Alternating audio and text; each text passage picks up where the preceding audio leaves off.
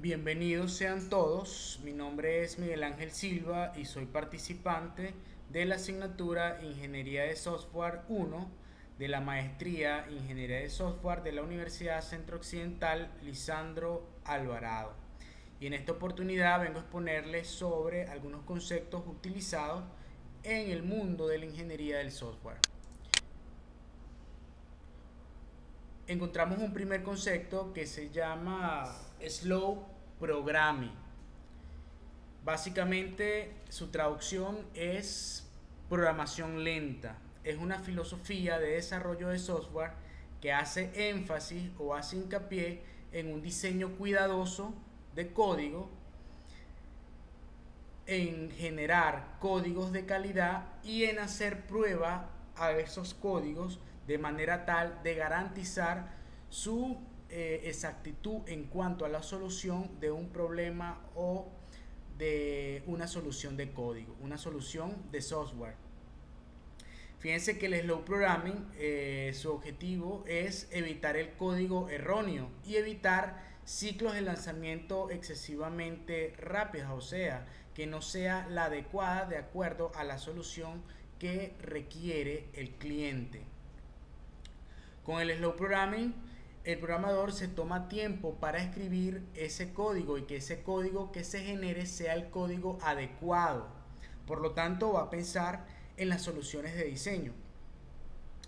Fíjense que el programador tiene tiempo para descansar lo suficiente para que pueda trabajar con eficiencia. Y con el slow programming entonces se persigue producir un software simple que responda de manera directa a una propuesta de valor y su validación. Fíjense que el objetivo principal del slow programming como metodología de desarrollo de software es producir aplicaciones que den lugar a códigos robustos y que sean fiables en cuanto a la solución de un producto de software. Otra de las definiciones o de los conceptos que se maneja es el código, el cowboy coding. Cowboy coding. Fíjense que la imagen hace alusión a un vaquero programador, y la traducción de la oración nos dice: no siempre pruebo mi código, pero cuando lo hago en producción. Esta imagen da alusión a la definición de lo que es el cowboy coding como tal. No siempre pruebo mis códigos, pero cuando lo hago en producción. Fíjense en esta imagen, simplemente es un vaquero programando. Y nos dice, la imagen típica es la de un solo programador lanzándose a escribir código, trabajando a partir de su propia idea de lo que debería ser el programa.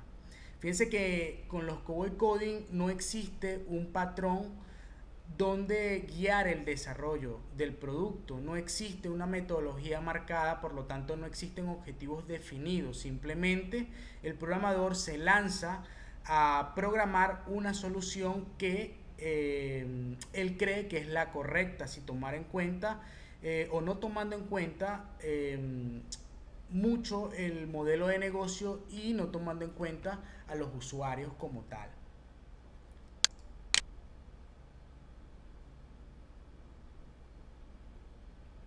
Seguidamente les explico algunos de los aspectos del cowboy coding. Primeramente tenemos programadores tienen autonomía sobre el proceso de desarrollo. Obviamente si no hay una metodología trazada, el programador se lanza a programar y teniendo autonomía total, autonomía en cuanto a la programación, autonomía en cuanto a los lenguajes, los algoritmos que implementa y las herramientas que utiliza para la producción, y autonomía para los marcos de trabajo, los frameworks y los estilos de codificación de ese proyecto. No existe un proceso o metodología que los guíe, ya lo he mencionado. No existe objetivos claros, no existe una documentación, no existe nada que guíe el proceso de desarrollo, o no existe ausencia total de metodología. Los desarrolladores actúan en cada momento como ellos entienden que deben hacerlo. actúan en cada momento como ellos entienden que deben hacerlo. Esto me da a decir de que obviamente no tienen objetivos claros y esta solución de software no va a ser la más adecuada. Fíjense que les destaco, no existe una definición inicial de un proyecto o de un propósito que persigue esa solución de software. No existe una descripción formal del proyecto y no existe una documentación adecuada y no existe unos requisitos de diseño definido. Por lo tanto, esa solución de software no va a ser la más adecuada.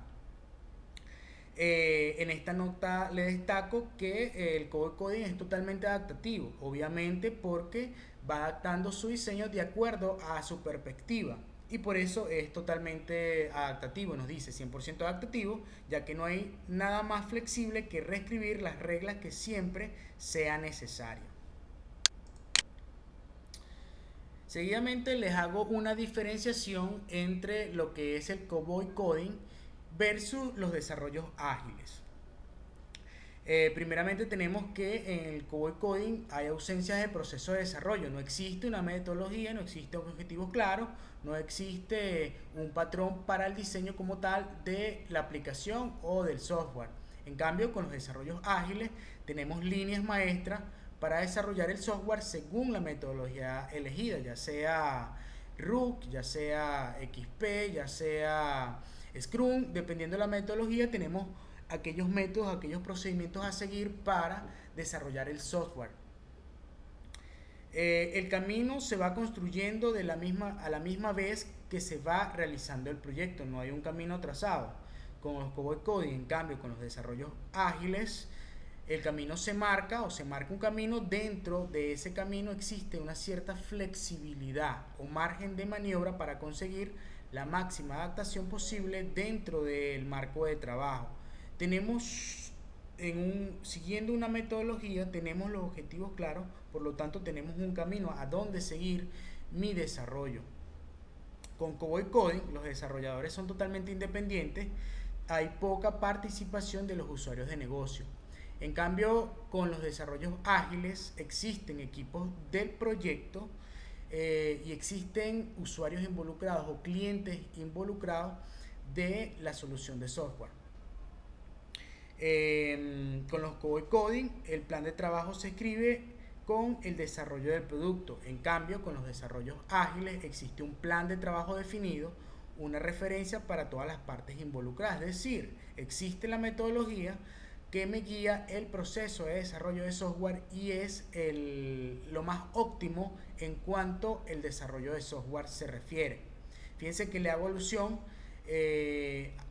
con COBOL Coding tenemos una incertidumbre total en cuanto a la solución que se va a generar, en cuanto al momento del desarrollo, en cuanto a los objetivos del desarrollo. Y con las metodologías o con un desarrollo ágil tenemos una metodología y tenemos objetivos claros definidos, tenemos un proyecto y un propósito de un proyecto definido. Por lo tanto, mi solución va a ser o se va a tornar la más eficiente en cuanto al trabajo se refiere.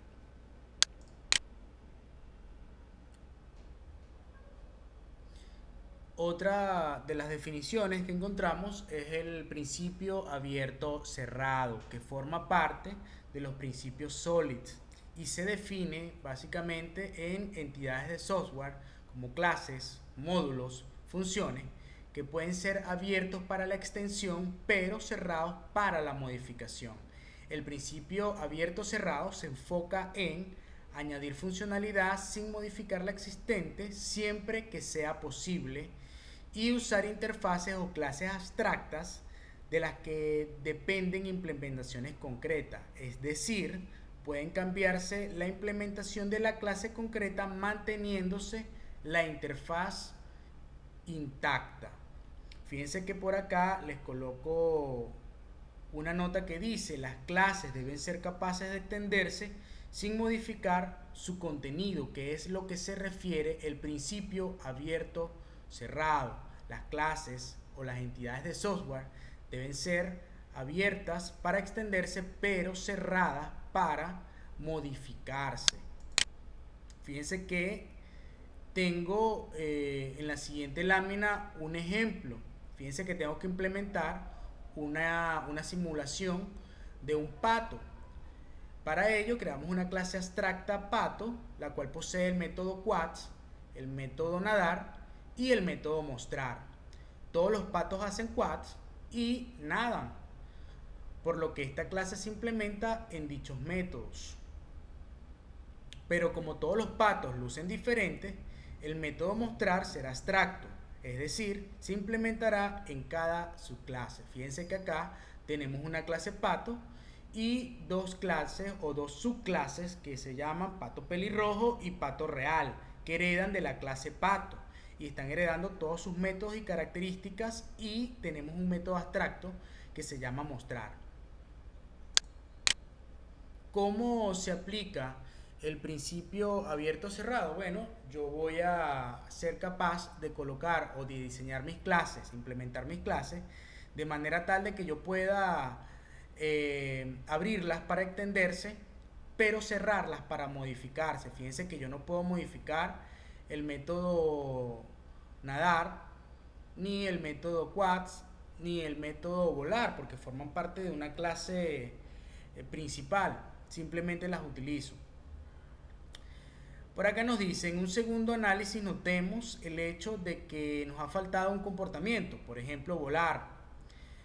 Por este motivo incluimos e implementamos el método con el mismo nombre en nuestra clase abstracta pato. De esta manera la subclase pato ya pueden volar, o sea que pato pelirrojo y pato real ya pueden volar. Pues bien, ¿qué pasa si agregamos una nueva clase de pato? El pato de goma. Tendría equivocadamente la posibilidad de volar, obviamente porque un pato de goma no vuela. Si resolvemos esto a través de la herencia, solo tendríamos que sobreescribir el método volar y listo, todo arreglado.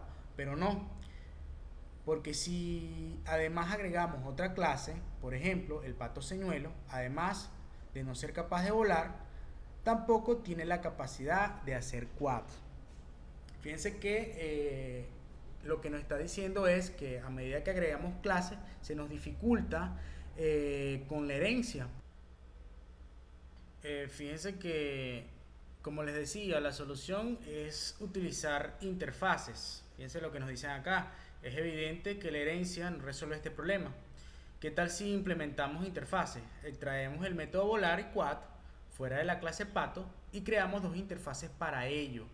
De esta manera solo implementaría la clase que corresponda para aquellos patos que puedan volar o hacer quads. Entonces, en la idea, o es la idea, en el principio abierto cerrado, implementar interfaces, implementar métodos abstractos, hacer implementaciones de código que puedan abrirse para poder extenderse de acuerdo a mis necesidades y que estén cerradas para modificarse. Fíjense que en la clase pato yo no voy a poder modificar el método nadar, pero yo puedo sacar una interfaz o interfaces de acuerdo a lo que yo vaya necesitando o cual sea mi necesidad. En este caso estoy utilizando dos interfaces, una interfaz que se llama volable y una interfaz que se llama coacleable. En ambas interfaces yo implemento métodos que pueden ser utilizados en las subclases en donde las invoco. Fíjense que la estoy invocando en pato real, pato pelirrojo y pato de goma, porque en ese caso en ambas clases, en todas las clases las utilizo en pato real, pelirrojo y de goma. Fíjense que el principio abierto cerrado básicamente es eso: utilizar el código o hacer un diseño que sea capaz de extender, de que sea capaz de extender mi solución o extender mi código de acuerdo a mi solución, y no poder modificar el código que ya está aprobado, el código que ya está validado, el código que ya está utilizándose. Por lo tanto,